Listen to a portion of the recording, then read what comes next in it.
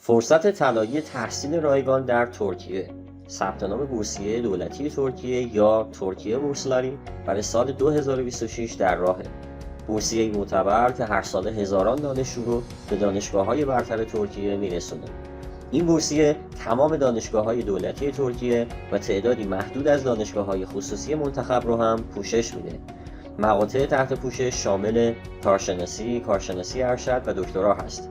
تحصیل کاملا رایگانه و هیچ شهریه‌ای پرداخت نمی‌کنید. اما سوال اینجاست چه کسانی میتونن اقدام بکنن؟ 1. متقاضی نباید شهروند ترکیه باشه. 2. نباید در حال حاضر دانشجوی دانشگاه‌های ترکیه باشه. و 3. باید شرایط سنی و تحصیلی لازم رو هم داشته باشه. شرط سنی به این شکله: برای کارشناسی تا 21 سال، برای کارشناسی ارشد تا 30 سال و برای دکترا تا 35 سال. حداقل معدل هم یکی از شرایط اصلی این پذیرش هست. برای کارشناسی و رشته‌های 4 ساله حداقل معدل 14، برای کارشناسی ارشد حداقل معدل 15، برای رشته‌های مهمی مثل پزشکی، دندونپزشکی، داروسازی، فیزیوتراپی و مهندسی کامپیوتر حداقل معدل 18 رو لازم داره.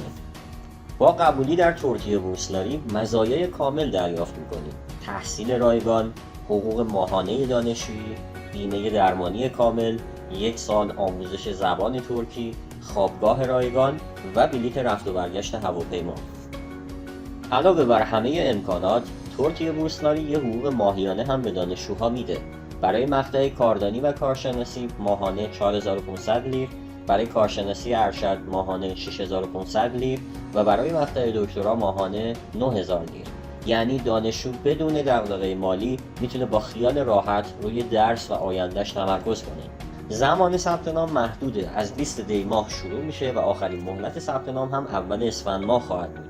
در متروپول سعادت آباد فرایند بورسیه رو اصولی و حرفه‌ای جلو میبریم، از ثبت نام دقیق و بدون خطا تا نگارش انگیزه‌نامه قوی، انتخاب رشته هوشمندانه و بررسی کامل شرایط و مدارک.